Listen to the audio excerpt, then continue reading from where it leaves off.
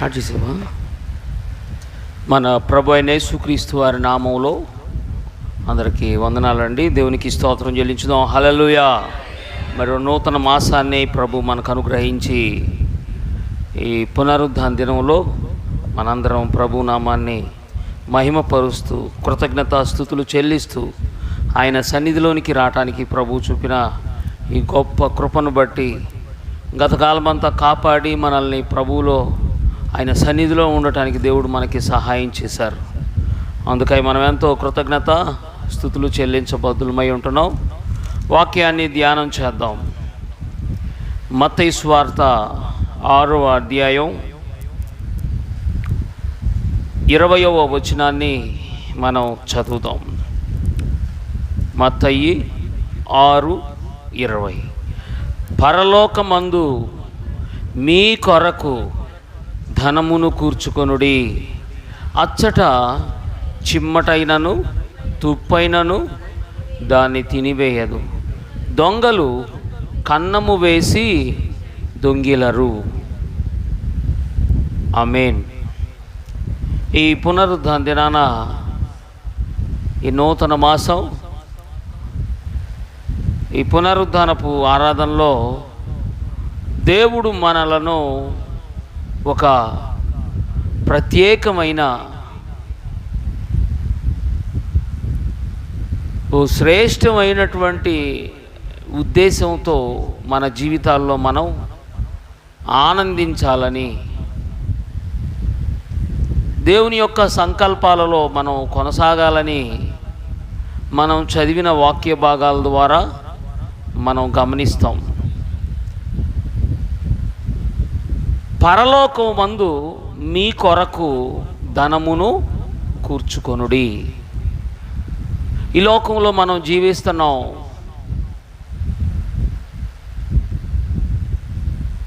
పాత నిబంధన కాలంలో ఇశ్రాయేల్ ప్రజలు ఐగుప్తు నుంచి బయలుదేరి వచ్చేటప్పుడు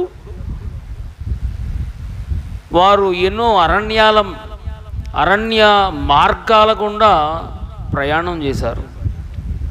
వారు అలా ప్రయాణం చేస్తున్నప్పుడు వారికి ఆహారాన్ని మరి దేవుడు సమకూర్చవలసి వచ్చినప్పుడు పరలోకం నుంచి మన్నాను కురిపించారు. ఈ మన్నాను కురిపించినప్పుడు వారి యొక్క ఆహారం కోసం వీళ్ళు సమకూర్చుకోవలసి వస్తే ఈ ఉదయాన్నే వాళ్ళ కోసం మన్నా కురుస్తుంది. ఈ మన్నాను మరి వాళ్ళు ఉదయాన్నే లేచి వాళ్ళకు అవసరమైనంత వరకు, ఎంతవరకు అండి? ఎంతవరకు? అవసరమైనంత వరకు మాత్రమే సమకూర్చుకోవాలి. ఉదాహరణకి మన ఇంట్లో ఒక 5గురు ఉన్నారనుకోండి. 5గురు మరి ఆ రోజు తినగలిగినంత ఆహారం ఎంతో అంతే కూర్చుకోవాలి. పొరపాటున తెల్లరికి ఏమైద్దో, పొరపాటున దేవుడు ఏమన్నా మర్చిపోతాడేమో, మన్నా వచ్చిద్దో రాదో అని ఇంకో ఎక్స్ట్రా గిన్నె కనుక ఎవరన్నా పెట్టుకున్నారే, ఊరంతా ఏమైద్దండి? కూర్చుకొని ఎక్స్ట్రా ఎక్కువగా అవసరమైన దానికంటే ఎక్కువ కూర్చుకున్నప్పుడు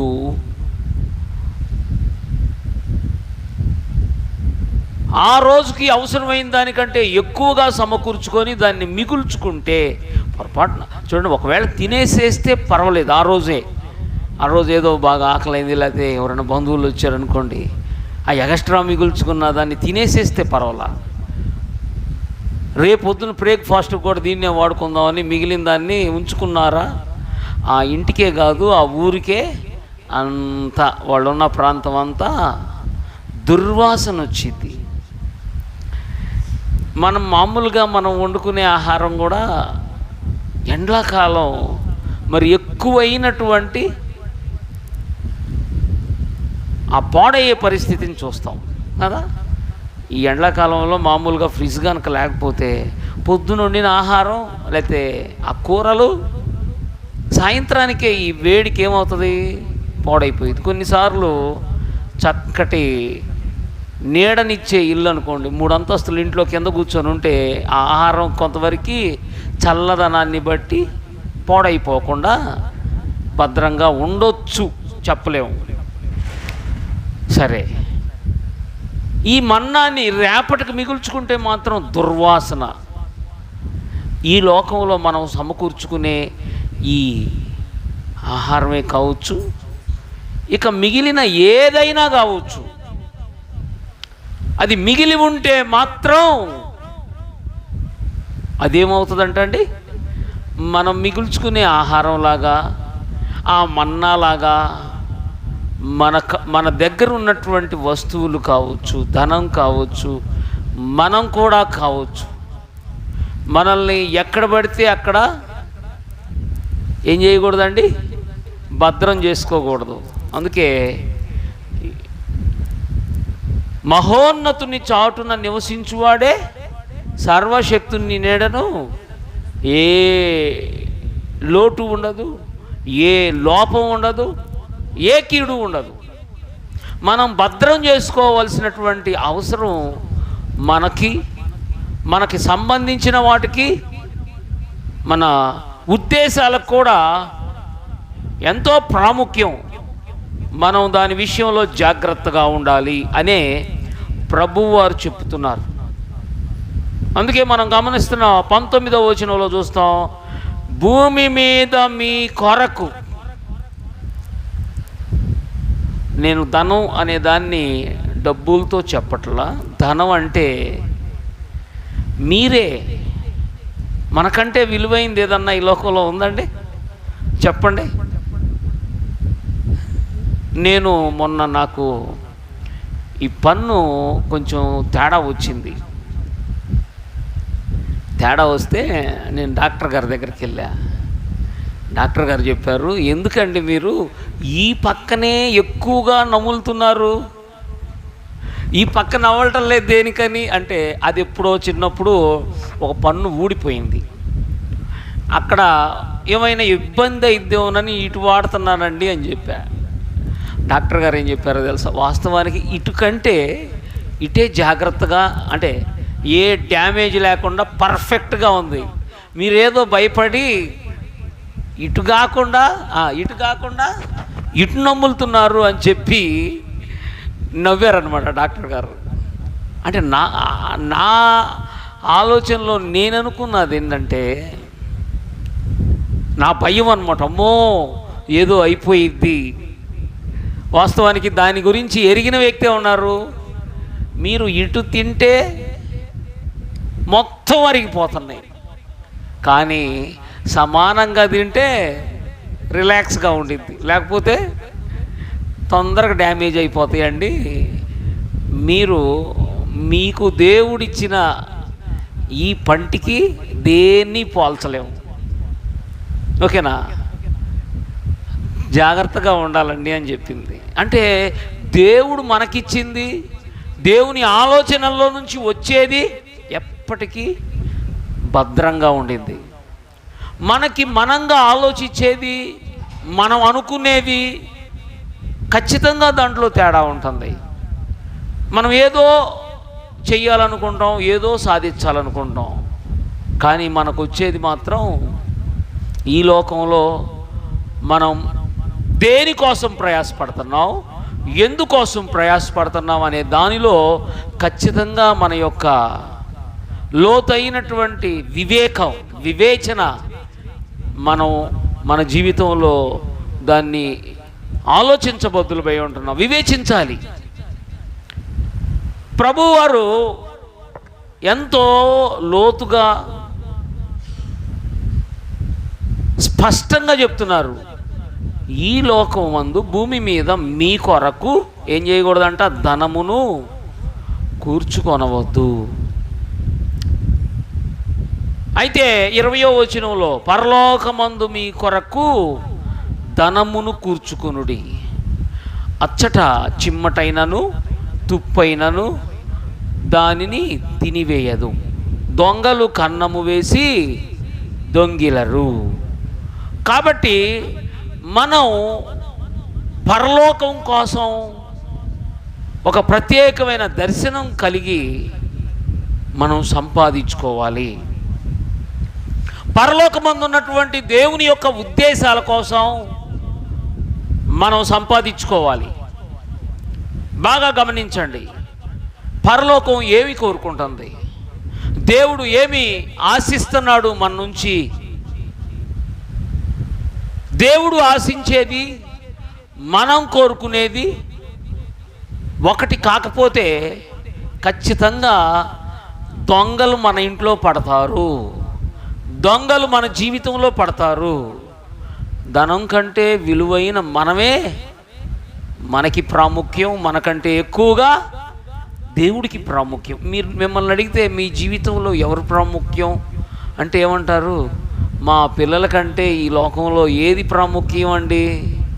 మొన్న ఒక అబ్బాయి నాకు ఫోన్ చేశాడు. ఫోన్ చేసి, అన్నా నాకు ఒక అమ్మాయి ఒక అబ్బాయి నేను పెంచుకోవాలనుకుంటున్నానన్నా, మరి తొందరగా కొంచెం ఆ పని చూడన్నా అన్నాడు. ఏంది తొందరగా చూడటానికి? తొందరగా చూడటానికి ఇది ఏమన్నా మార్కెట్లో కూరగాయలా లేదా 2 జతల బట్టల? ఏమండి? సరే నన్ను అడిగాడు, మెసేజ్ పెట్టాడు అనమాట. నేను ఫోన్ చేశా, ఏందయ్యా సంగతి ఏందయ్యా అంటే, మా ఆవిడ నా దగ్గరికి రాకుండా వాళ్ళ అమ్మ దగ్గరే అక్కడే ఉంటాను అని పట్టుబట్టిందన్నా. నాకు అసలు ఒక్క క్షణం కూడా గడపటం నా వల్ల కాటల్లా, నా పిల్లల్ని చూడకుండా నా వల్ల కాటల్లా. నేను ఎవరో ఒకళ్ళ పిల్లల్ని తెచ్చుకొని పెంచుకుంటానన్నా అని అన్నాడు. ఏమండి, అబ్బాయి చిన్న వయసే పాపం, మంచి భక్తి కలిగిన అబ్బాయి, మంచి భక్తి కలిగిన అబ్బాయి, మంచి అంటే చక్కటి బిలీవర్ అన్నమాట, ప్రార్థనాపరుడు.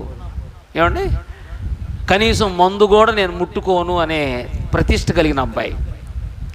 అంటే ఏంటంటే ఇంకొక పెళ్లి చేసుకుంటే తప్పు, ఓకేనా? పెళ్లి చేసుకుంటే మళ్ళీ వ్యభిచారం చేసినోడు అవుతాడుగా. అందుకని పిల్లలు రాకపోయి, భార్య రాకపోయి చేస్తే ఇంకేం చేయాలి? నన్ను పిల్లలు పెట్టుకుంటే మంచిదే కదా. తనేం చెడ్డ ఆలోచన చేయలేదు, కానీ అంతా మంచిదే, పిల్లల్ని పెంచుకోవటం మంచిదే. కానీ ఆ పిల్లలతో తన సొంత పిల్లలకు ఉండాల్సిన అనుబంధం ఉండిద్దా? ఇతను చూపించవచ్చు, పిల్లలు అతనితో ఉండగలుగుతారా? ఏమండి, 2 పిల్లలను చూడటం అంటే మామూలు విషయమా? మా ఒక్కడితోనే మాకు ఆకాశంలో చుక్కలు మేము 2 కలిసి లెక్కేస్తున్నాం. మా వల్ల కాదు.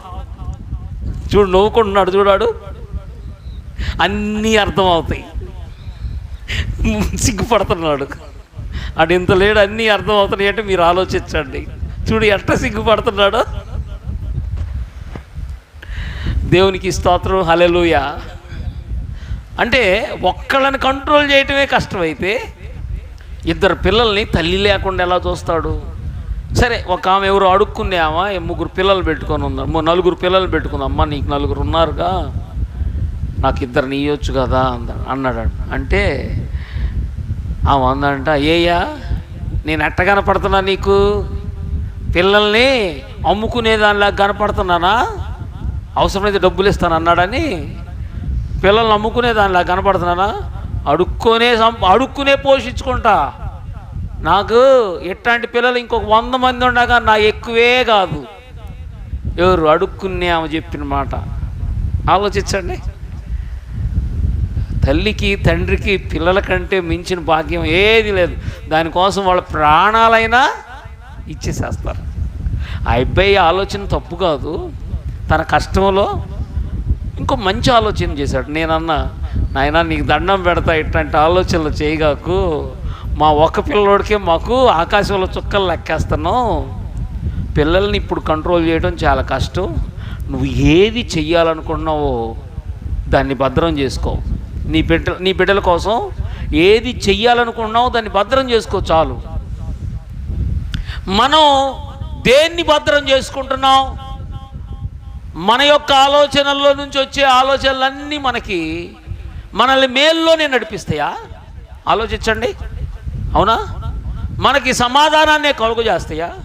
అందుకే మన కోసం ఇవ్వబడినటువంటి మన బిడ్డలు మనతో ఎలా ఉంటారో మన దేవుడు మనల్ని సమకూర్చుకోమని చెప్పినటువంటి ఆ ఉద్దేశం తప్ప వేరే దానికోసం వేసే ప్రతి అడుగు ఏమైందండి? అది మనకి నష్టాన్నను చిమ్మట. ఇంకొకటి ఏందండి, దొంగలు ఈ లోకంలో అనవసరమైన వాటి కోసం ప్రయాసపడి ఇట్లా ఎవరినో పిల్లలు పెంచుకోవాలని చూసాం అనుకోండి, నువ్వు వెళ్ళి ఏదన్నా ఆర్ఫన్ హోమ్లో వెళ్ళి పెట్టండి, ఓకే, ఓ మంచి విషయం వచ్చి వాళ్ళని తెచ్చుకొని నీ దగ్గర పెట్టుకున్నావు అనుకో, నీ దగ్గర ఉన్నదంతా పోయింది. ఎందుకంటే వాళ్ళకున్న ఇష్టాలు, వాళ్ళకున్న రిలేషన్స్ ఉంటాయి కొన్ని, అవి నీకు సంబంధంగా ఉండవు కాబట్టి ఇబ్బంది పడతాం. ఇక్కడ మన వాక్యంలో చూస్తున్నాం, పరలోకంలో మనం ఒకటి పరలోకంలో ఉన్న ఆ శ్రేష్టమైన దేవుని కోసం సంపాదించాలి. పరలోకంలో ఉన్న దేవుని కోసం సంపాదించాలి. ఒకసారి మనం ప్రకటన గ్రంథంలోకి వెళ్దాం. చూడండి, ప్రకటన గ్రంథం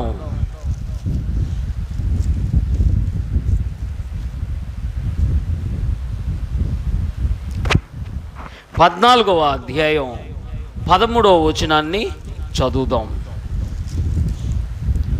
14 అంతటా ఇప్పటి నుండి ప్రభువునందు మృతినొందు మృతులు ధన్యులని వ్రాయమని పరలోకము నుండి ఒక స్వరము చెప్పగా వింటిని.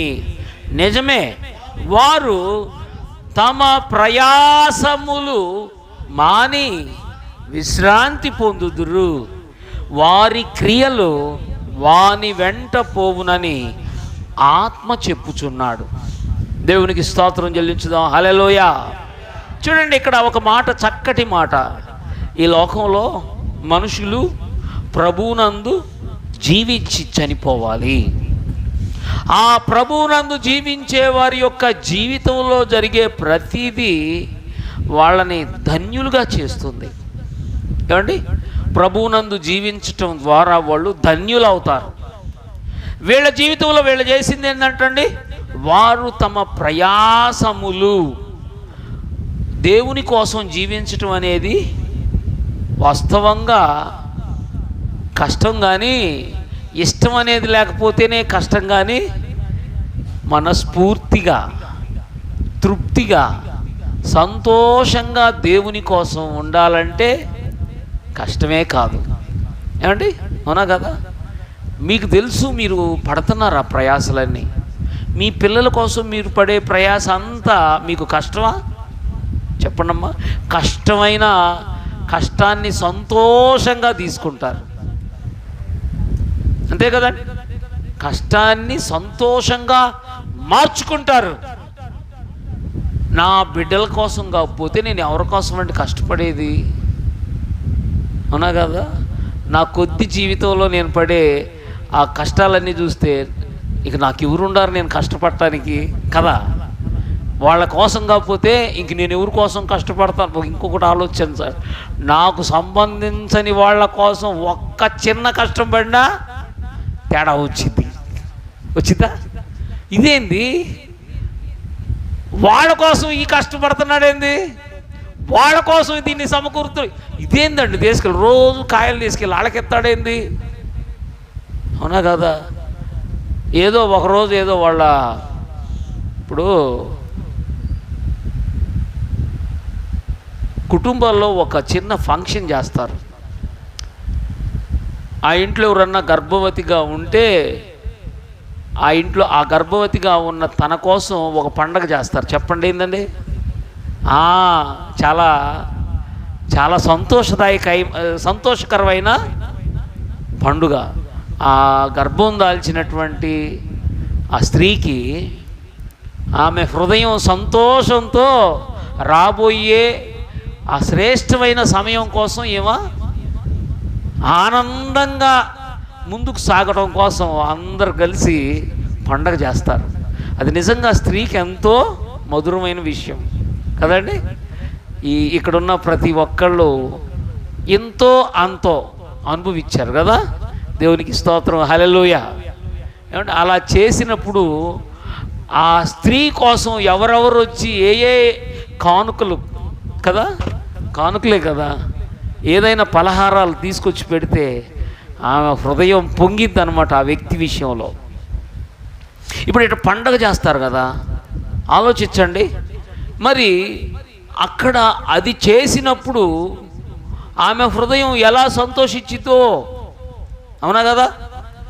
చాలా శ్రేష్టమైన విషయం. నేను ఎందుకు ఈ మాట చెప్తున్నానంటే, బాగా గమనించండి. ఆ సంతోషాన్ని తాను అనుభవిస్తున్నప్పుడు తన యొక్క జీవితంలో ఆ ఉప్పొంగ చేసే ఆ విషయాన్ని బట్టి ఆమెకేం కలిగిద్దండి? ఆనందం. రాబోయే కష్టాన్ని ఇక్కడ దీని ద్వారా, అబ్బో నేనేదో గొప్ప పని చేస్తున్నాను, అందుకే వీళ్ళు నన్ను ఎంకరేజ్ చేస్తున్నారు, ప్రోత్సాహపరుస్తున్నారు, మంచి బహుమానాలు ఇస్తున్నారు, మంచి ఆతిథ్యం తీసుకొస్తున్నారు. ఎన్నెన్ని పెడతారండి? ఉన్నాము వాటిల్లోనే మంచి మంచి స్వీట్స్ పెడతారు. ఎందుకని రాబోయేటప్పుడు రాబోయే కష్టాన్ని ఈ స్వీట్నెస్లో నుంచి మర్చిపోయింది. ఏంది ఇంతమంది ఇట్లా తీసుకొచ్చారంటే ఏదో గొప్ప విషయం జరగబోతుంది, దాన్ని నేను ధైర్యంగా ఎదుర్కోవాలి, అంతే కదా.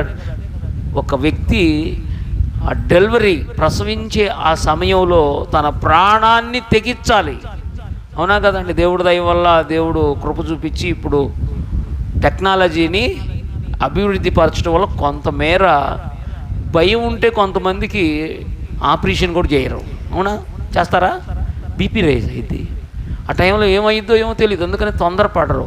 వాళ్ళని ఎంతో రిలాక్స్గా కూర్చోబెట్టి ఆపరేషన్ సర్జరీ చేస్తారు. నేను ఎందుకు చెప్తున్నానంటే, అంత కష్టమైన విషయాన్ని తను ధైర్యంగా ఎదుర్కోవడం కోసం ప్రోత్సాహపరుస్తారు. ఈరోజు మనం మన ప్రయాసములు, డెలివరీ ఎంత ప్రయాసో, మన జీవితంలో మన పిల్లల్ని పెంచడం ఎంత ప్రయాసో, ఈ లోకంలో దేవుని కోసం మనం ఒక ప్రత్యేకమైన దాన్ని సంపాదించడానికి ప్రయాస అవసరం. అయితే ఆ ప్రయాస కోసం మనకి ముందుగా రాదు, కానీ తర్వాతే బహుమానం. ఇక్కడ స్త్రీకి అయితే ముందుగానే బహుమానాలు ఇస్తున్నారు, కానీ తర్వాత మనకి బహుమానాలు ఉంటాయి. ప్రయాసాలు ఇక్కడ మానారంట. వాళ్ళకి ఉన్న ప్రయాసం ఏంటండి? వాళ్ళు ప్రయాసం దేవుని కోసం ప్రయాస పడుతున్నారు, దేవుని కోసం శ్రమను సంతోషంగా స్వీకరిస్తున్నారు. ఈరోజు మనం మన జీవితంలో రాబోయే బహుమానాల కోసం ఇక్కడ మనం ఇక్కడ అదే చెప్తున్నారు. ఏంటి అంటే, వాళ్ళ క్రియలు వాళ్ళ వెంట పోతాయి. వాళ్ళు దేనికోసం ప్రయాసపడ్డారో ఆ ప్రయాసపడిన దాని యొక్క మూలాధారం, వాళ్ళ యొక్క చూడండి అక్కడ వాళ్ళ క్రియలు అనే ప్రయాసలు వాళ్ళతో కూడా వెళ్తాయి. అందుకే ఈరోజు మనం ఇంత ఉదయాన్నే ఇక్కడ కూర్చున్నాం, అవునా కదా. చాలామందికి పొద్దున పూట మరి లెగవటం కష్టం, అది కష్టమైనా కానీ ప్రయాసపడి ప్రభు దగ్గరకు వస్తున్నాం. గట్టిగా దేవునికి స్తోత్రం చెల్లించుదాం. హల్లెలూయా.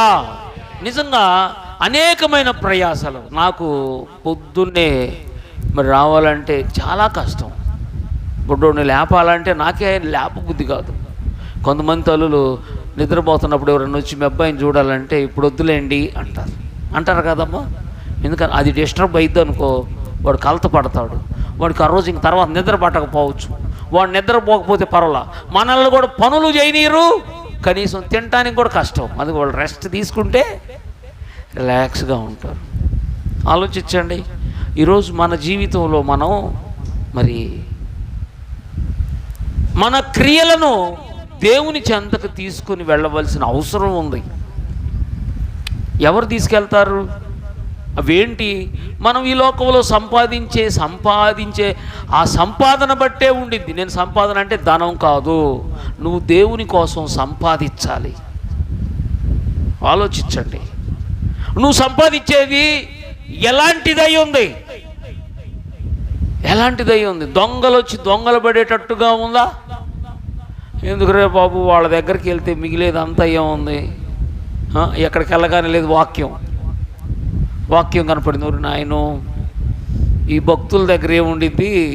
దేవుడా దేవుడా దేవుడా అనుకుంటారు తప్ప వాళ్ళ దగ్గర బంగారం ఉండదు, వాళ్ళ దగ్గర ఏమీ ధనం ఉండదు. ఎందుకని? వాళ్ళు రోజు ఏదో ఒక మీటింగ్ కోసం డబ్బులు పెడతారు, ఏదో పాస్టర్ కోసం పెడతారు, ఏదో స్వార్థ కూడికల కోసం ధనాన్ని సమకూరుస్తూ ఉంటారు. వాళ్ళ దగ్గర మిగిలేది ఏమి ఉండదు. ఎందుకని మిగిలితే ఏమైంది? మన్నా మిగిలితే ఏమైందండి? గబ్బు కొట్టింది. మిగుల్చుకొని గబ్బు చేసుకునే కంటే ఒక మంచి పని కోసం వాడుకుంటే మంచిది కదా, అవునా కదండి? మిగుల్చుకొని దొంగల చేతికి ఇచ్చే కంటే దేవుడికి అర్పించి ప్రతిఫలం పొందటం మేలు కదా. కనుక అక్కడ దొంగలు రాలేరు, దొంగలు వచ్చి ఏమీ చేయలేరు. అందుకే దొంగకు అవకాశం ఇవ్వకూడదు. దొంగ ఎక్కడ దాకా వస్తాడండి? దేవుని దొంగతనమును, రెండోది హత్యను, మూడోది నాశనం చేయటానికి వస్తాడంట. మనం సమకూర్చుకోవాల్సింది ఎక్కడా? మంచి ఇల్లు ఉండాలి, మంచి హోదా ఉండాలి, మంచి స్థానం ఉండాలి. ఇవన్నీ కూడా దేవుడే ఇస్తాను అని చెప్తున్నాడు. ఒకని కొమ్ము హెచ్చించువాడును, ఒకని కొమ్ము తగ్గించువాడును ఆయనే. నువ్వు హెచ్చించబడాలంటే నీకు నువ్వుగా ఒక స్థానాన్ని కూర్చుకోవాల్సి వస్తే అది నీకు ప్రయాస.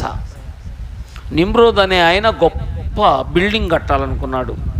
ఇప్పుడు కడుతున్నారండి. అది ఎంతవరకు లాభం? చిన్న భూకంపం ఆ బిల్డింగ్ దగ్గర వస్తే ఏమైంది? దాన్ని కంట్రోల్ చేయగలుగుతారు? పెద్ద తుఫాను వస్తుంది, దాన్ని కంట్రోల్ చేయగలుగుతారా? ఏమండి, వరదలు వస్తున్నాయి, కంట్రోల్ చేయగలుగుతున్నారా? ఏదో అక్కడ నుంచి పక్కకు పోవటం తప్ప ఆ బిల్డింగ్ని ఎవడన్నా ఆపగలుగుతాడా?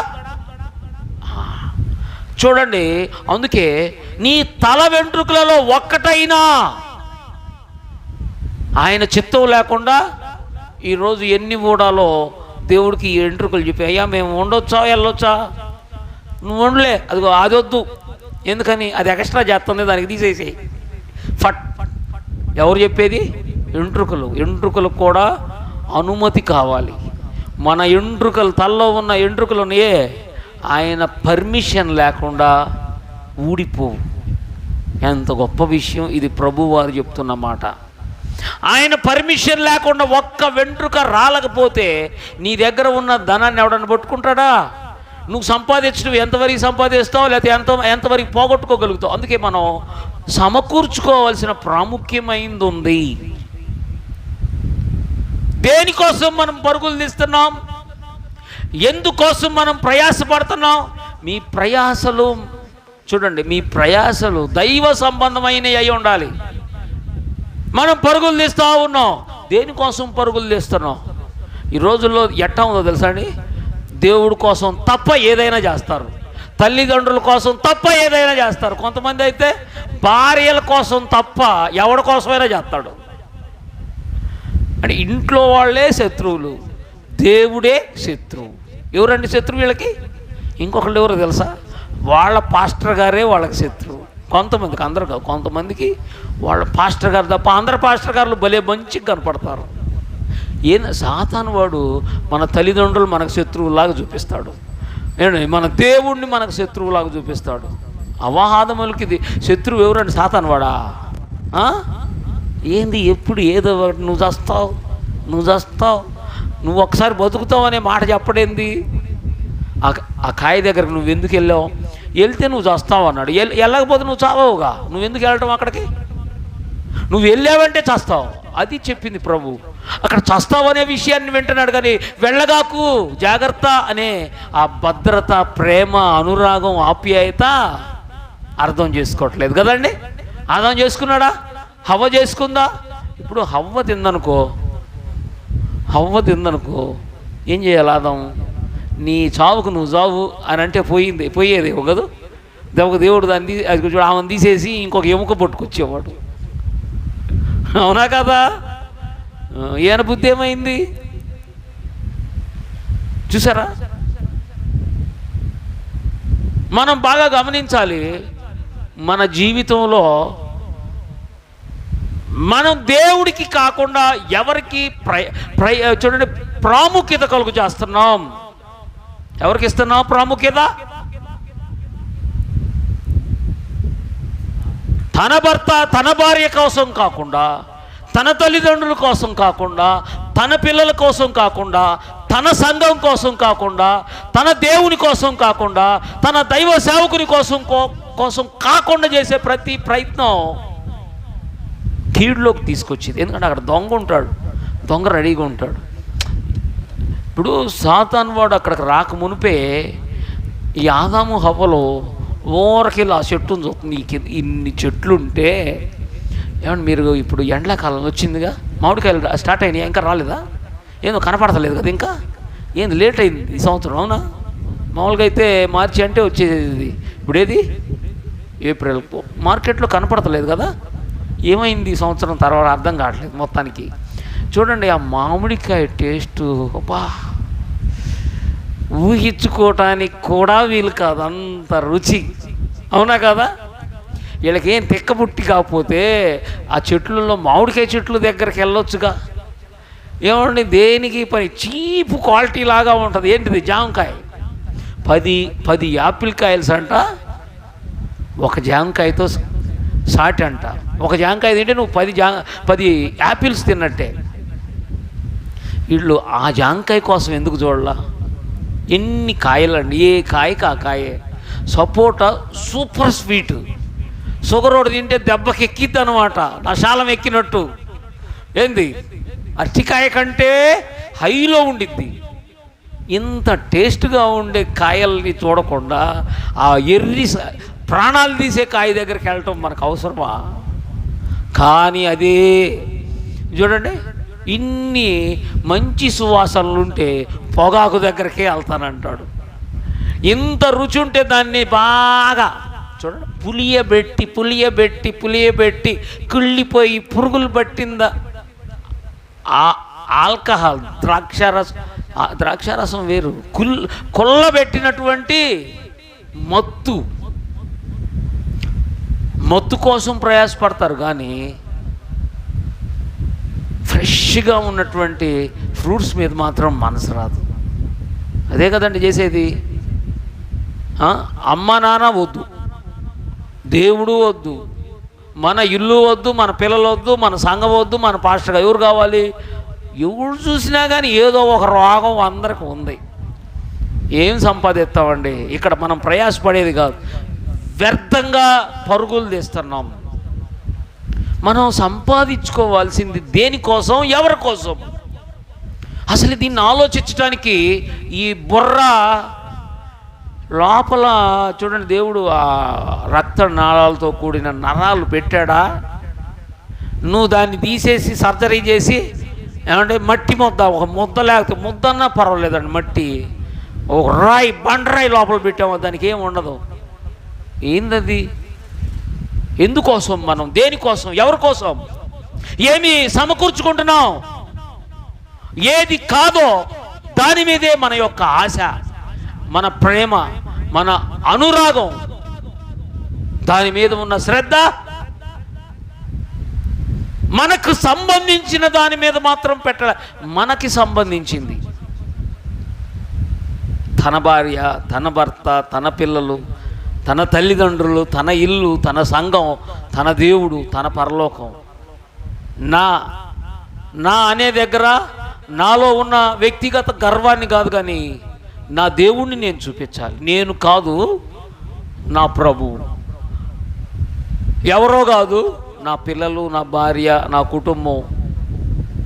ఇతరులకి సహాయం చేయాల్సి వచ్చినప్పుడు అపవిత్రమైన అనుబంధాల కోసం మన యొక్క కష్టార్జితాన్ని పెట్టకూడదు కదా. సాతాను కోసం మన కష్టార్జితాన్ని వాడకూడదు. దేవుని కోసం మనం పరలోకంలో మన ధనాన్ని కూర్చుకోవాలి. దేవునికి స్తోత్రం చెల్లించుదాం. హల్లెలూయా. తిమోతికి రాసిన పత్రికలో నుంచి ఒక మాట మనం చదువుదాం. తిమోతికి రాసిన పత్రిక, మొదటి పత్రిక 6వ అధ్యాయం 18వ వచనాన్ని మనం చదువుదాం. 18, మొదటి పత్రిక 6వ అధ్యాయం 18.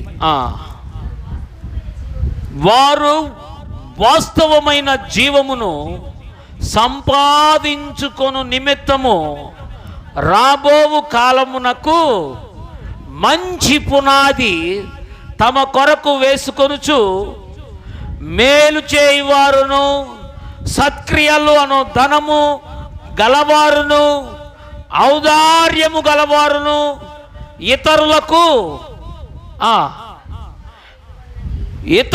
పాలిచ్చువారునై ఉండవలనని వారికి ఆజ్ఞాపించుము. పాలిచ్చువారంటే పాలు గ్లాస్ ఇచ్చువారని కాదు, పాలు పొందులు పొందేటట్లుగా చెయ్యండి. పాలు ఇచ్చేవారంటే ఇప్పుడు మీ పిల్లలకు పాలు ఇవ్వకుండా అంటే అందరం కొన్నిసార్లు కష్టంలో ఉన్న వాళ్ళకి అది సాధ్యం కాదు. పాలు ఇచ్చడం గ్లాస్ పాలు ఇవ్వటం కాదు, లేదా ఇంకేది కాదు, అనుబంధాన్ని ఇవ్వండి. ఓకేనా? అనుబంధం అంటే మళ్ళీ ఇంకో చోటకి వెళ్ళక పాపం ఆయన ఎవరోనంట, ఏమండి భర్త చచ్చిపోయాడంట, పాపం ఆయన ఆమె మీద ఎంతో జాలి చూపిస్తున్నాడంట. అయ్యా ఆ జాలి వద్దు, ఆమె కష్టపడి బతికిద్ది. ఏమండి ఈ జాలి దయలు అక్కర్లేదు, ఎవరి బ్రతుకు వాళ్ళదే. నువ్వు చూపించకపోయినా కొంప మునిగింది లేదు, ఇంకొక ఆమె ఎవరన్నా వచ్చి చూసిద్ది, అక్కడ మాత్రం పాలు ఇవ్వాల్సిన అవసరం లేదు. పురుషులకి స్త్రీలతో అనుబంధం తన భార్యకు తప్ప వేరే వాళ్ళతో ఉండకూడదు.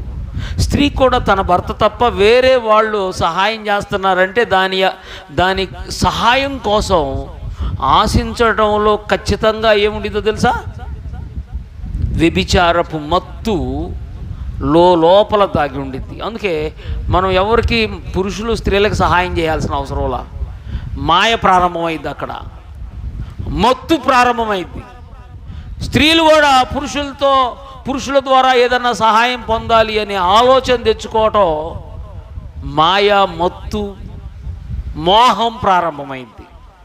అందుకే ఏ స్త్రీ దగ్గర ఏ పురుషుడి దగ్గర మనం సహాయాల కోసం ఆశించకూడదు. బాగా గమనించండి. ఏమండి ఏదైనా సందర్భం వస్తే ఎట్లుండాలండి? ఎట్లుండాలి? పేపర్ రోడ్ వస్తాడు, పేపర్ రోడ్ వస్తే పేపర్ రోడ్ ఏమండి పేపర్ తీసుకోండి అని చేతికి వచ్చి తలుపు కొట్టి నీ చేతికి ఇవ్వాల్సిన అవసరం, ఆడైతే నువ్వు తీసుకోవచ్చు. అర్థమైందిగా? ఆడికేమి నువ్వు ముచ్చట్లు చెప్పలా, వాడు ముచ్చట్లు చెప్పడానికి నువ్వు ఒప్పుకోవాల్సిన అవసరం లేదు. ఆడబడే అని పెట్టి వేసేయాలంతే. ఎందుకని మనకు సంబంధమైన వాళ్ళ దగ్గరే నీ అనురాగం, నీ ప్రేమ, ఆప్యాయతలు అక్కడ పాలు ఇవ్వాల్సిన. పాలంటే అనుబంధాలకి ఏం సంబంధం లేదు. సాధారణమైన ఒక సామాన్యమైన రీతిలో ఓకే తీసుకోవటం, పంపించేయడం, అక్కడ ఏమీ పెద్ద ప్రత్యేకమైనటువంటి ప్రత్యేకమైనటువంటి ప్రాముఖ్యత ఏం కల్పించాల్సిన అవసరం లేదు. మనం చేయాల్సిన దాన్ని తిమోతి గారు చక్కగా చెప్తారు. పౌలు గారు తిమోతి గారికి చెప్తున్నాడు, ఏమంటండి? వారు వాస్తవమైన జీవమును వాస్తవం అంటే నిజమైన జీవం, నిజమైన జీవానికి కానివన్నీ మరణానికి కారణం. వాస్తవమైన జీవం పరలోకం. వాస్తవమైన జీవం కొరకు మనం అంటే పరలోకం కోసం సంపాదించాలి. నువ్వు ఒక అడుగేస్తే ఎందుకు అడుగేస్తున్నావు?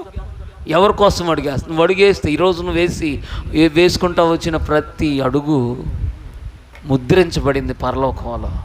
ఏమండి నువ్వు అడుగులు వేస్తూ ఈరోజు నేను రాత్రి అనుకున్నా మా పుట్టోడిని ఇక్కడ తీసుకురావద్దులే, మా అన్నయ్య వాళ్ళ దగ్గర ఉంచుదాం అనుకున్నా. పాస్టర్మ్ గారు వద్దన్నారు. ఎందుకు వద్దు? చర్చిలో ఉంటేనే మంచిది ఫస్ట్ ఆదివారం. అప్పుడు వాడిని ఏం చేయాలి? పొద్దున్నే రాత్రి 11 గంటలకు తీసుకొచ్చాను. అప్పుడు దాకా అక్కడ అట్టే ఉన్నాడు. తీసుకొచ్చి మళ్ళీ పొద్దున్నే లేపాలి. 5:30 కల్లా లేపాం. ఈరోజు లేట్ అయింది.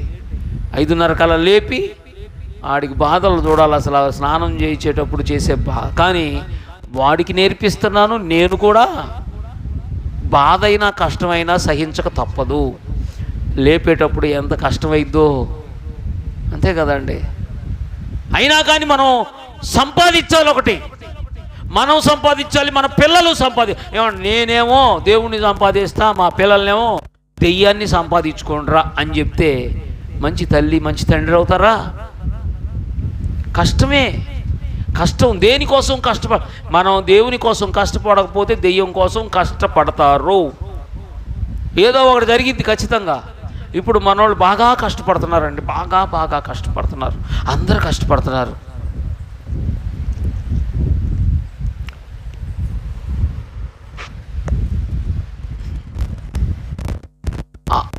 ఏదో అవసరమైన సమయంలో దాన్ని ఉపయోగించుకోవాలి తప్ప లేచిన దగ్గర నుంచి పండుకున్న దాకా అదే కాకూడదు. అంతేనా? వాక్యంలో మనం చూస్తున్నాం, వాస్తవమైన జీవము. వాస్తవమైన జీవం అంటే అసలైన జీవం. అసలైన జీవాన్ని సంపాదించుకోవాలి మనం. ఇప్పుడు టమాటాలు సంపాదించుకోవాలంటే ఏం చేయాలి? మార్కెట్కి వెళ్ళాలి. అక్కడ కుప్పలు టమాటాలు పోసున్నాయి మార్కెట్లో. ఏం చేస్తాం? వెళ్ళి ఒక కుప్ప గోతంలో వేసుకొని మెదలకుండా వచ్చేసేస్తాం. అంతేనా? ఏం చేస్తారండి? వెళ్ళి కుప్పలకి వేసుకుంటుంటే ఈడు ఉడ్రా బాబు ఈ కుప్పలు టమాటాలు తీసుకొని పోబోతున్నాడని ఏం చేస్తాడండి? ఉడ్రా ఈడు పిచ్చోడ్లాగా ఉంటాడని తరుగుతారు అక్కడ. ఎందుకని? అది తీసుకొని రావటానికి కోసం, కొనుక్కొని రావటం కోసం. అది అవునా? కొనుక్కోకుండా తెచ్చుకోగలుగుతారా? వాస్తవమైన జీవం కోసం మనం కష్టపడాలి, సంపాదించాలి. అందుకే ప్రభువారు అక్కడ మత్తయి సువార్తలో చూస్తాం, ఏమండి, నీ ధనం ఎక్కడుండునో నీ మనసు అక్కడ ఉంటుంది. నీకు టమాటాలు కావాలంటే నీ ధనాన్ని అక్కడ పెట్టాల్సిందే. నీకు వాస్తవమైన జీవం కావాలంటే ఖచ్చితంగా నీ కష్టార్జితం, నీ శ్రమ దేవుని కోసం సమర్పించాలి. ఇక్కడ ఏ విధమైన స్వార్థం, ఏ విధమైనటువంటి వేరే ఉద్దేశాలు లేవు. మనం దేవుని కోసం ప్రయాసపడాలి. ఈరోజు సాయంత్రం ఒక మీటింగ్ ఉంది కదండి. ఈరోజు సాయంత్రం ఒక మీటింగ్ ఉంది. ఏంటిదంట అది? కుటుంబ ఆశీర్వాద కూడిక. మన కుటుంబాలు దీవించబడటానికి ఒక కూడికను పెట్టుకుంటున్నాం. దానివలన మనకు వచ్చే లాభం ఏంది? అవునా? చాలా కష్టపడాలి. మధ్యాహ్నం సాయంత్రం ఆ ప్రోగ్రాం మరి కొనసాగించబడాలంటే కొంచెం కష్టపడాలి. కష్టపడకపోతే ఏది జరగదు. ఒక చిన్న పాంప్లెట్ చేయడానికి నేను దాదాపుగా ఒక మంచి ఆకారం రావటం కోసం ఒక రాత్రి అంతా నిద్రపోకుండా అట్లా కూర్చున్నా. మనకంటే అదే పని కాదు కాబట్టి, అవునా, ఆలోచనలు రావాలి. ప్రాక్టీస్ ఉంటే ఏదైనా తొందరగా అయిపోయేది. ఆలోచనలు రావాలి, ఇలా ఉండాలి, ఇలా ఉండాలి, ఇలా ఉండాలని మొత్తం నేనే చేసుకున్నా. డబ్బులు ఎందుకు పోవాలి అనేది ఉద్దేశం మైన్. అంతేనా? మనకి ఎంతవరకు అవసరమో అంతవరకే మనం పాంప్లెట్లు తీసుకున్నాం. అటు చేయాలంటే తక్కువ డబ్బుతో ఎక్కువ పని జరిగించుకునే పద్ధతి అన్నమాట. ఇట్లాగుంటే మరి ఆ లెక్క మనం గమనించండి. ఎందుకోసం ఆ ప్రయాస? కొంతమంది దేవుని వాక్యం వినాలి, కొంతమంది దేవుని సన్నిధిలో ఆనందించాలి. ప్రతి మొదటి ఆదివారం సాయంత్రం ఒక ప్రత్యేకమైన స్పెషల్ మీటింగ్ మనం పెట్టుకోవాలనుకున్నాం. సులువు ఏం కాదు, చాలా టెన్షన్స్ ఉంటాయి, ప్రయాసపడాలి. ఇప్పుడు అందరం కలిసి ప్రయాసపడ్డాం అనుకోండి, కొంతమందిని దీనికి ఆహ్వానించడం, నువ్వు ధనం సంపాదించుకుంటున్నావు అంతే కదా. కొంతమందిని ఆహ్వానించడం, నువ్వు ఊరకట్ట కూర్చున్నావు అనుకోండి, నిన్నప్పుడు ఖచ్చితంగా సోమరి అయినా చెడ్డదోసుడా అంటారు. అర్థమైందా నా మాట మీకు? నువ్వు ఎవరిని పిలవట్లేదు, ఎవరిని ఆహ్వానించట్లేదు, వాళ్ళు రారులే అనుకుంటావు. నీకోసం ఒకవేళ దేనికైనా వచ్చే వాళ్ళని నువ్వు ఎందుకు దేవుని దగ్గర తీసుకురావు? నీకు అది ప్రాముఖ్యంగా అనిపిస్తే నువ్వు బతిమలాడైనా తీసుకొస్తావు, బలవంతంగానే తీసుకొస్తావు. లేకపోతే ఈడ్చుకురాగలిగిన శక్తి మనకు ఉంది, మన మాటకి మన నోటికి ఉంది. ఒక మాట ప్రసంగి గ్రంథంలో ఉంటుంది, ఉరుల వంటిదై వలల వంటి మనసు. మన మనసుకు ఆ శక్తి ఉంది, ఉరిలాగా వలలాగా వేయగలదు మన మనసు. అయితే దేనికి వేస్తాము? ఒక అబ్బాయి ఒక అమ్మాయి కోసం ఎన్ని రకాల స్టెప్పులు వేస్తాడండి, ఎన్ని స్టెప్పులు వేస్తాడో. వాళ్ళతో మాట్లాడేటప్పుడు ఎన్ని రకరకాల వంకరలు తిరిగి మాట్లాడతారు. నీ దేవుడి కోసం నువ్వు ఒక్క అడుగు వేయలేవా? ఎవరినో కాదు, నీ తండ్రిని తీసుకురా, నీ తల్లిని తీసుకురా, నీ తమ్ముడిని తీసుకురా, నీ చెల్లిని తీసుకురా, నీ కొడుకుని తీసుకురా, నీ కూతుర్ని తీసుకురా. ఎక్కడికి? నరకానికి ఏం కాదుగా. తాగుబోతోడులాగా ఆ బార్కేమో నువ్వు తీసుకెళ్ళలేదుగా. ఎక్కడికి? మందిరానికే కదా. వస్తే వాళ్ళు నాశనం అయిపోతారా? కీడులోకి వెళ్తారా? వాస్తవమైన జీవాన్ని సంపాదించుకోవడానికి వెళ్తారు. అసలు జీవం అనేదంటూ ఏదన్నా ఉంటే అదే, దానికోసమే వస్తారు, దానికోసమే తీసుకురాబడతారు. వాళ్ళు రారు అన్నారంటే మన మీద చూడండి, వాళ్ళకేమి గౌరవం లేదు, మన మీద ఏమి ప్రత్యేకమైన శ్రద్ధ లేదు. కొన్నిసార్లు నాకు నిజంగా నా మీద నీకేమన్నా ప్రేమ ఉంటే నువ్వు వస్తావు. ఏమి దాన్ని ఏమంటారని చెప్పండి, బ్లాక్మెయిలింగ్. నిజంగా నా మీద ప్రేమ ఉంటే, నా మీద అభిమానం ఉంటే సాయంత్రం గుంటగ్రౌండ్ ఎగ్జిబిషన్కి రావాలి. ఎవరు చెప్పేది? అబ్బాయి చెబుతాడు, లేకపోతే అమ్మాయి చెప్పింది. ఏమంటే ఇది ఎంత ఘోరం! వాటికైతే బ్లాక్మెయిల్ చేస్తారా? నిజంగా నువ్వు నా కొడుకు అయితే, నేను నీకు తల్లిని అయితే, అరే నిజంగా నా మీద ఏమన్నా ప్రేమ ఉంటే నీ తల్లిగా నువ్వు మరి నాతో పాటు చర్చికి రావాలి. ఎంత మంచి మాట! ఈ మాట అనలేని తల్లులైనా, భార్యలైనా, భర్తలైనా, పిల్లలైనా వాస్తవమైన జీవాన్ని, వాస్తవమైన జీవం కోసం ప్రయాసపడతల్లా. వాస్తవమైన జీవం ఏదో తెలుసండి, మొట్టమొదటగా సువార్త. గట్టిగా దేవునికి స్తోత్రం చెల్లించుదాం. హల్లెలూయా. సువార్త, వాక్యమే సువార్త. దేవుని వాక్యంలో నుంచి వచ్చే ప్రతి మాట గుడ్ న్యూస్. చూడండి, భర్త ఇంటికి రాగానే గుడ్ న్యూస్ అనగానే గుడ్ న్యూసా? ఆయన ఆలోచనలు ఎక్కడికి వెళ్తాయి? ఏంది, మా అత్త ఏమన్నా ఒక అరెకరం పొలం రాసిందా? గుడ్ న్యూస్లు అంటే ఇయేగా మనోళ్ళకి. మా మామ ఏమన్నా ఆయన కట్టించిన ఇల్లు నా పేరు మీద రాశాడా? ఇంకొంతమంది ఏమనుకుంటారండి, ఏంది గుడ్ న్యూస్ అంటే నీకేమన్నా విశేషమా? అదే కదా గుడ్ న్యూస్. లేకపోతే గుడ్ న్యూస్ అంటే ఆమెకేమన్నా ఉద్యోగం వచ్చిందా? బాగా ఆలోచించండి. ఇవన్నీ న్యూస్లు గుడ్డియే, కానీ వాస్తవమైనటువంటి జీవానికి సంబంధించినది కాదు. వాస్తవమైన జీవానికి సంబంధించింది ఏంటండి? సువార్త. అదే నిజమైన గుడ్ న్యూస్. యేసు ప్రభు వారు పరలోకం నుంచి నీ కోసం విలువైన బహుమానంగా దిగొచ్చారు. Good news.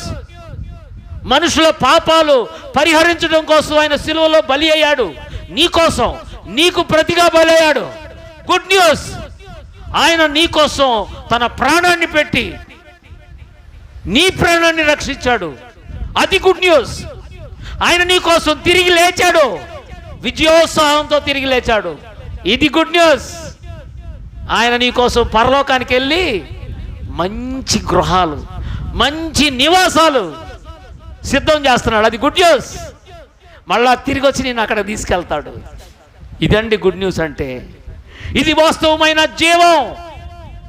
వాస్తవమైన జీవం కోసం కాకుండా మా అత్తగారు ఏమన్నా అరెకరం పొలం రాశారు, ఎందుకంటే తొందర ఏముందండి, ఇయ్యాలనుకున్న రోజున ఇస్తారు, ఈగిపోయిన కొంప మునిగింది, నీ కాళ్ళ మీద నువ్వు నిలబడు రాజాలాగా.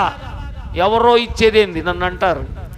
ఏంది, మెత్తోళ్ళని అడిగి ఆ ఇల్లు కొనుక్కోవచ్చుగా. మత్తోళ్ళని అడిగేది ఏంది, ఆ ఇల్లు కొనుక్కునేది ఏంది? 5,000 పెడితే 5,000 పెడితే అద్దెకుంటాం. ఒక ఆయన చెబుతున్నాడు, సొంత ఇల్లు ఉండేవాడి కంటే అద్దెల్లు ఉండేవాడే బెస్ట్ అంట. ఎందుకో తెలుసా?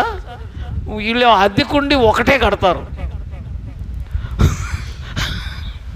ఎన్ని కట్టాలండి ఇప్పుడు?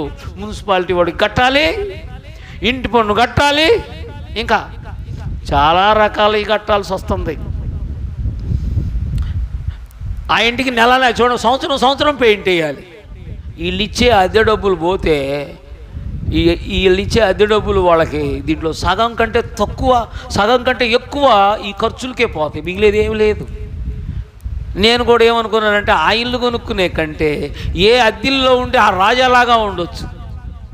కాకపోతే మనల్ని మనం భద్రంగా ఉంచుకోవాలి. గోడలకేసి సుత్తులు తీసుకొని బాగటం, పిల్లల్ని గోడలకు పాడు చేసి పెట్టడం, ఇట్లాంటివి చేయకుండా చక్కగా అది మందే అన్న భద్రత కలిగి ఉంటే చాలు.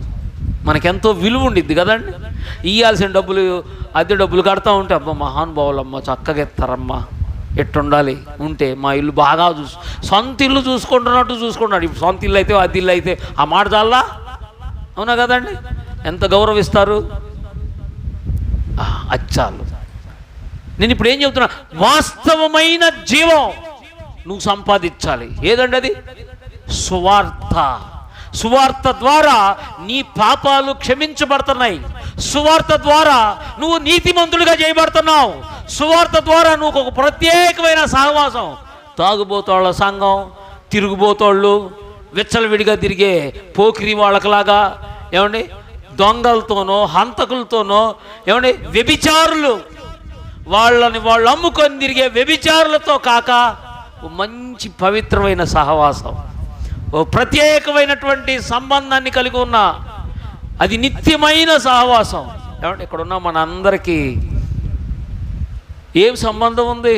కానీ మంచి మాట, వందనాలమ్మ అంటే వందనాలక్క, వందనాలన్నా, ఈ ప్రేమ చాలదండి. మన బంధువులు ఎవరన్నా ఏంది ఎట్టుండవు అంటే వాళ్ళు ఏమంటారు, బాగానే ఉండరు అన్నారు. ఎట్టుండవు మళ్ళీ అని అదే అంటారు. ఎంత దరిద్రం. సమాధానం చెప్పకుండా కానీ మళ్ళీ నువ్వు ఎదురు ప్రశ్న వేస్తూ ఉంటారు కొంతమంది. బాగుండవా అంటే బాగుండవా ఏందండి అది? అసలు అదేంటంటే లెక్కలేంతనం అనమాట. ఊరే కనీసం బాగుండవా, నేను పర్లేదు బాగా. పెద్దోళ్ళు అడిగినా చిన్నోళ్ళు చెప్పాల్సిన సమాధానం ఏంది? పెద్దోళ్ళు చెప్పరు, చిన్నోళ్ళు చెప్పరు. బాగుండవా అంటే నువ్వు బాగుండవా?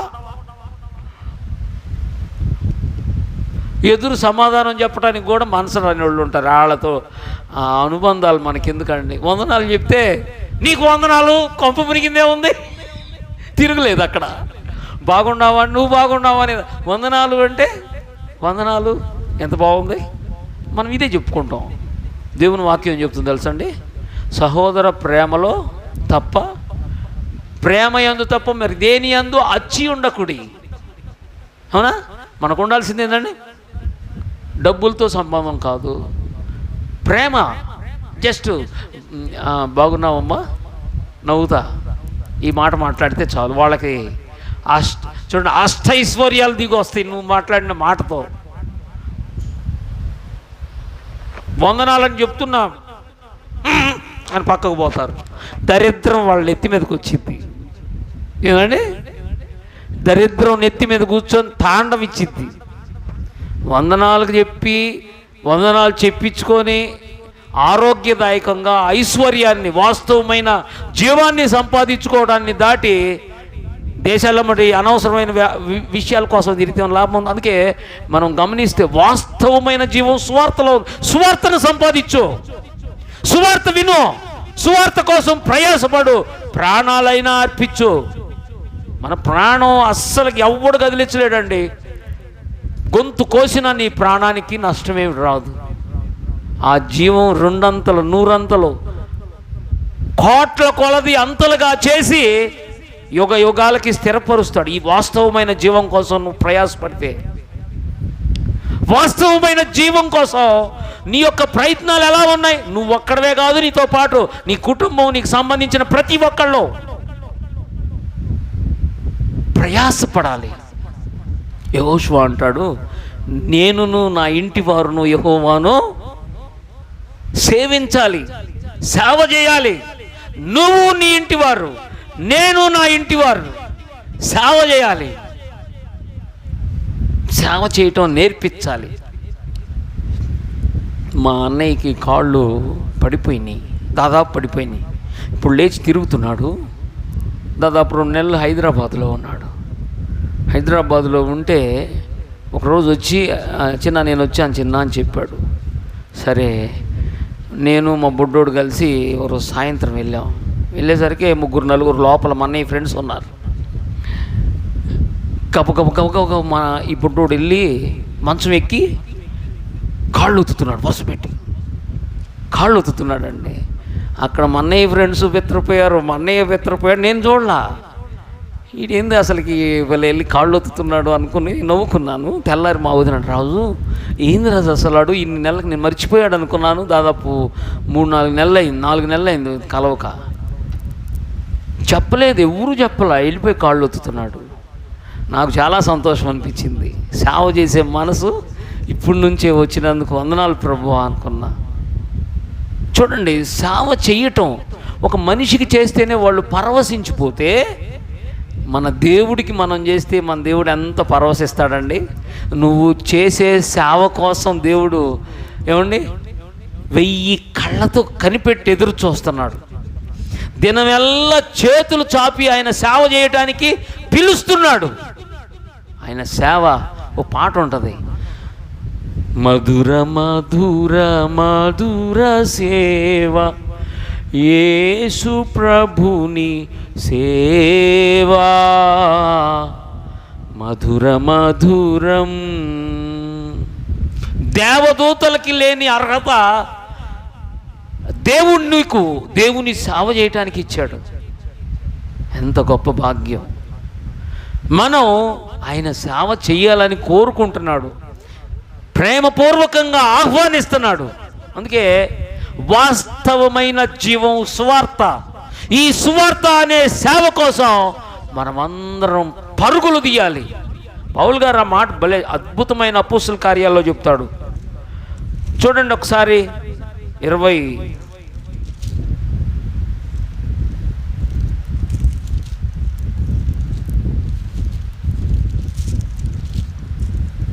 చూడండి, అపోస్తుల కార్యాల్లో 20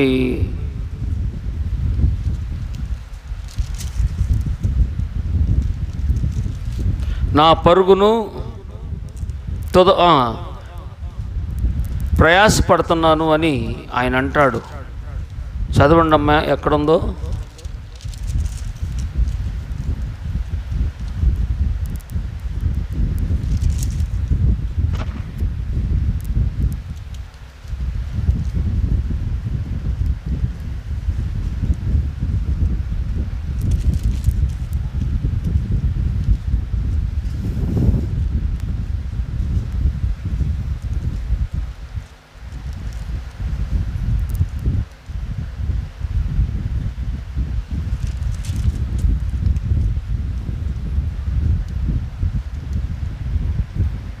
మీ బైబిల్ నాకు ఇచ్చిన పాతది నాకు తెలిసింది, ఖచ్చితంగా చదవవలసినటువంటి వాక్యం.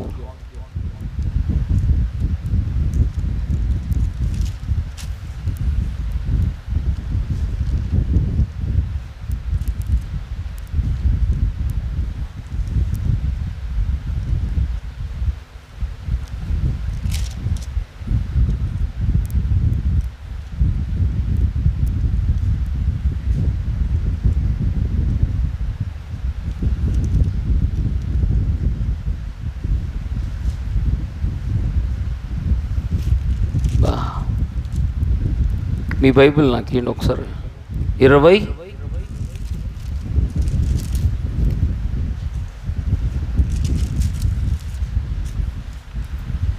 చూడండి, 24. అయితే దేవుని కృపాసువార్తను గూర్చి సాక్ష్యం ఇచ్చుట యందు నా పరుగును నేను ప్రభు అయిన యేసు వలన పొందిన పరిచర్యను తుదముట్టింపవలెనని నా ప్రాణమును నాకెంత మాత్రమును ప్రియముగా ఎంచుకొనుటలేదు. పౌలు గారి యొక్క గొప్ప నిర్ణయం. ఆలోచించండి, బాగా ఆలోచించండి. మనం మన ప్రయాస, మన పరుగు ఎలా ఉండాలో పౌలు గారు చెప్తున్నారు. నా పరుగును ప్రభువు వలన పొందిన పరిచర్యను తుదముట్టించడం తప్ప ఇక నాకు ప్రాముఖ్యమైనది ఏది లేదు. ఏంటంటే దేవుని కృపా సువార్తను గూర్చి, అది వాస్తవమైన జీవం. ఆ వాస్తవమైన జీవం కోసం మనం దాన్ని సంపాదించాలి. సువార్తను ఇప్పుడు మనం సువార్త కూడికలు పెడతానికి మనకు అనుకూలం లేదు. నిజంగా పబ్లిక్ మీటింగ్లు పెట్టాలంటే కష్టం కదా, ఎంతో కష్టపడుతున్నారు. ఎన్నో చూడండి, మరి రికమెండేషన్స్ చేసుకుంటున్నారు. మనకి డబ్బుల దగ్గర లేదు, పెద్దోళ్ళ దగ్గర కూడా మనకు అంత స్థానం లేదు. అందుకని మనం ఏం చేయాలి, జస్ట్ పర్సన్ టు పర్సన్, ఒక్కొక్కళ్ళం దీనికి ఖర్చు పెట్టడం ఏమంత కష్టం కాదు. ఏది టైం, ఒక పావు గంట, ఒక అరగంట, ఏమండి సాయంత్రానికి మనం వాళ్ళని తీసుకురావడానికి పావు గంట, ఒక మనిషికి పావు గంట స్పెండ్ చేస్తే చాలు. మాట్లాడాలి, చెప్పాలి, మనకు తెలియదు, పరిచయం చేసుకోవాలి, సిగ్గుపడకుండా ముందుకు సాగిపోవాలి. వాస్తవమైన జీవం. దీనికోసం కాకపోతే నువ్వు ఎవరి కోసం ప్రయాసపడతావు? వాళ్ళ ఆయన చచ్చిపోయాడు, ఆమెకి ఏదో సహాయం చేయడానికి పరుగులు తెప్తా ఉంటారు. చూసేవాడు ఈడేవుడురా బాబు ఎట తయారయ్యాడు అంటారు. ఏమైందిరా బాబు, నువ్వు ఇప్పుడు ఒక పత్రిక తీసుకొని వెళ్తున్నావు. నేను చాలా రోజుల నుంచి ఒకటి చెప్పాలనుకుంటున్నాను. ఈ మిగిలిన వాగ్దానాలు ఎప్పటికైనా బాగుంటుంది. మన స్టిక్కర్స్ ఉన్నాయి, దేవుడు నిన్ను ప్రేమించి ఆశీర్వదించి అభివృద్ధి చేసి విస్తరించును, దీవించును, పంచవచ్చు. చూస్తున్నా, నేను చెప్పా, మనోళ్ళు ఎవరు పట్టించుకోలేదు. పంచండి, అది తీసుకొని చూపించామనుకో ఎవరేం మాట్లాడరు, నిన్ను అపార్థం చేసుకోరు. అయినా కానీ మనం స్త్రీలతో స్త్రీలు మాట్లాడటమే మంచిది, పురుషులతో పురుషులు మాట్లాడటమే మంచిది. మరీ వస్తే ఇచ్చేసి వెళ్ళిపోవటం, అంతకంటే ఎక్కువ అవసరం లేదు. ఈ విధంగా కృపా సువార్తను గూర్చినటువంటి నీ పరుగు, ఆయన పరిచర్యను తుదముట్టించడం కోసం నువ్వు దేన్ని లెక్క చేయకూడదు. కొన్నిసార్లు ఈరోజు సాయంత్రం ప్రోగ్రాంకి కొంతమందిని తీసుకొస్తాం, వాళ్ళకి మంచి భోజనం, బీభత్సమైన ఏదో పెద్ద అదేం కాదు, ఏదో మంచి చక్కటి భోజనం సిద్ధం చేయడానికి నువ్వు సంపాదించింది అర్పించటం, కొంతమందిని తీసుకురావడం కోసం నీ నోటి మాటలు ఉపయోగించటం. ఆలోచించండి. దేవుడి కోసం మనం సంపాదిద్దాం, దేవుడికి మనం సంపాదించింది అర్పిద్దాం. మన కష్టార్జిత ఇస్తున్నామంటే మన ప్రాణాన్ని ఇస్తున్నట్టే. అందుకే వాస్తవమైన జీవం, ఒకసారి చూడండి తిమోతికి రాసిన పత్రిక, వాస్తవమైన జీవం సంపాదించుకొని నిమిత్తము రాబోవు కాలమునకు ఏం చేయాలంటండి, పునాది బాగా లేకపోతే బిల్డింగ్ కూలిపోయింది. పునాది వేయాలంటే ఖచ్చితంగా మనం చేయాల్సిన పనులు మనం చేయాలి. ఏమంటే పునాది మీద కట్టుకోకుండా కొంతమంది ఏం చేశారంటే ఇసుకలో కట్టారంట.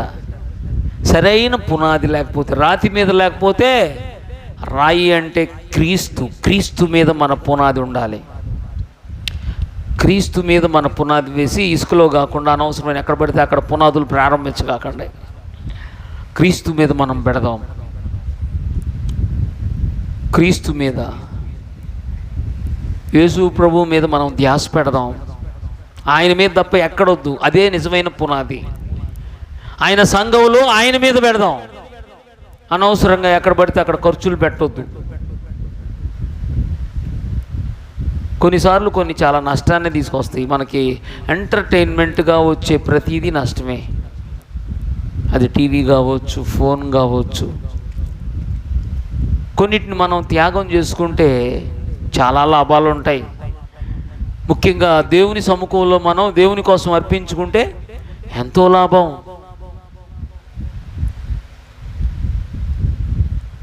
దేవుని సంఘం పైన ఉంటేనంట మనం కూడా పైకి వెళ్తామంట, దేవుని సంఘం కింద ఉంటే మనం కూడా కిందే ఉంటాం. పాస్టర్ గారు పైన ఉంటే మనం కూడా పైన ఉంటాం. దేవుడు పైన మనం పెడితే మనం కూడా ఆయన దగ్గరే కూర్చుంటాం. దేవుడు మనం ఎక్కడో కూర్చోబెడితే మనం ఇంకా ఎక్కడో దూరంగా పడవేయబడతాం.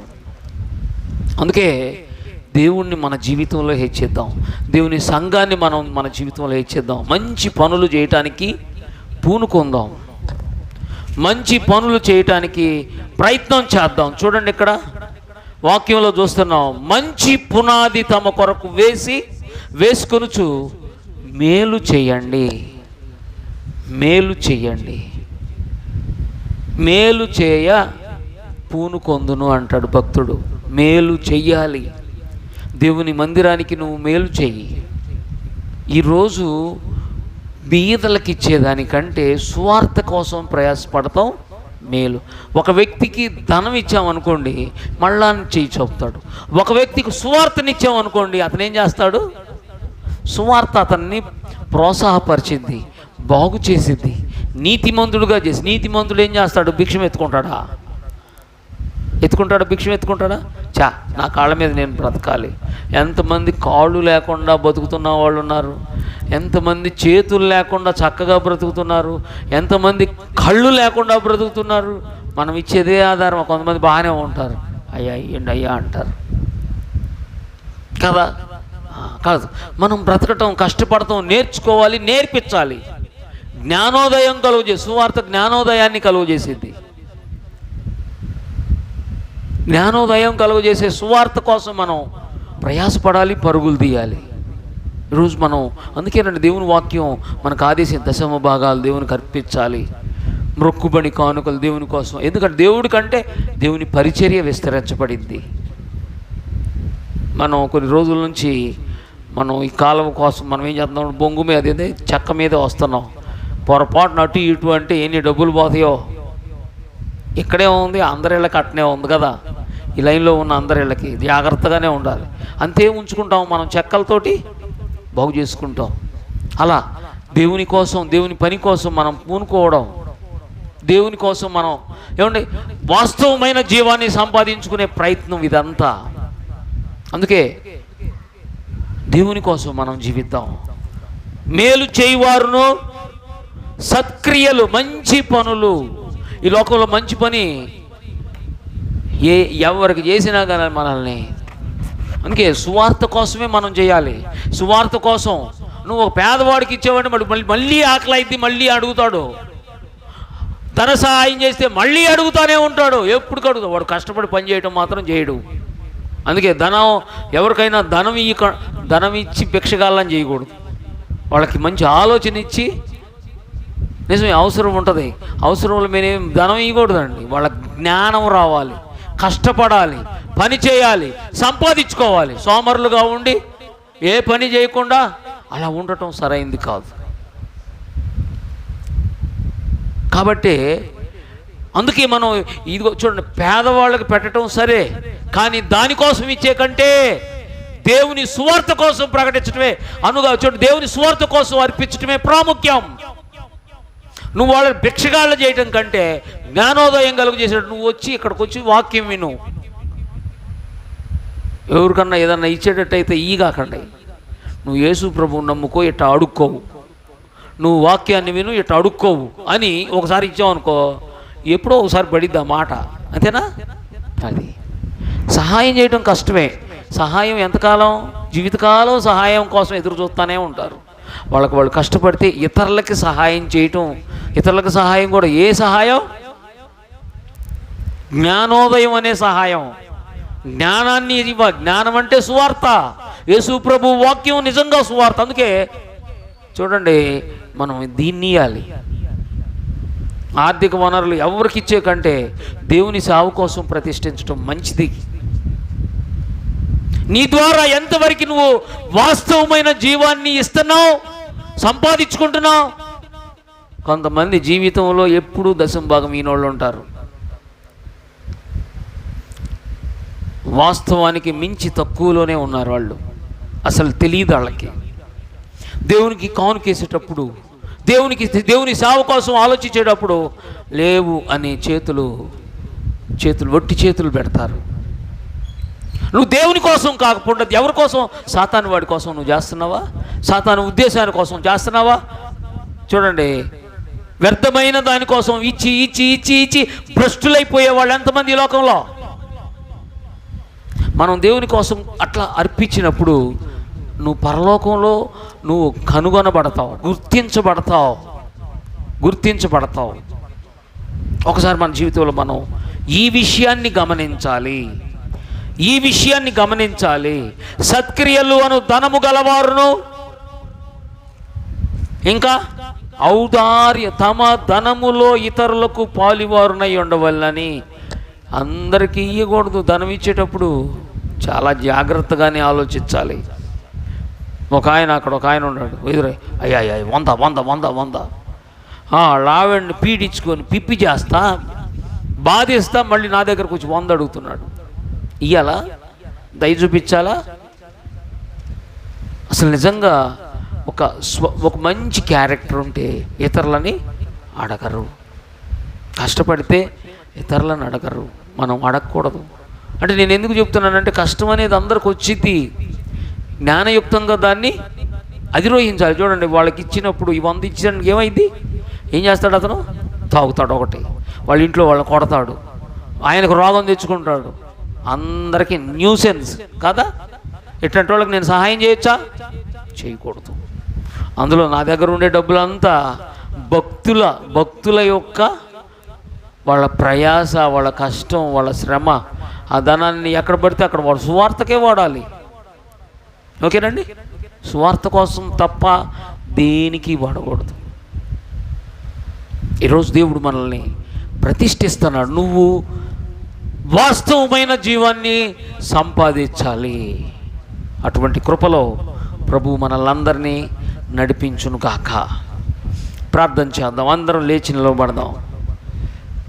లేచి నిలబడి, ప్రభువా, వాస్తవమైన జీవాన్ని నేను సంపాదించుకోవడానికి నాకు కృప దయచేయమని ప్రభువును మనం వేడుకుందాం, ప్రార్థన చేద్దాం. ఈ మాటలు మన వినికిడిలో దీవించి ఆశీర్వదించును గాక. ఆమేన్. ప్రార్థన చేద్దాం.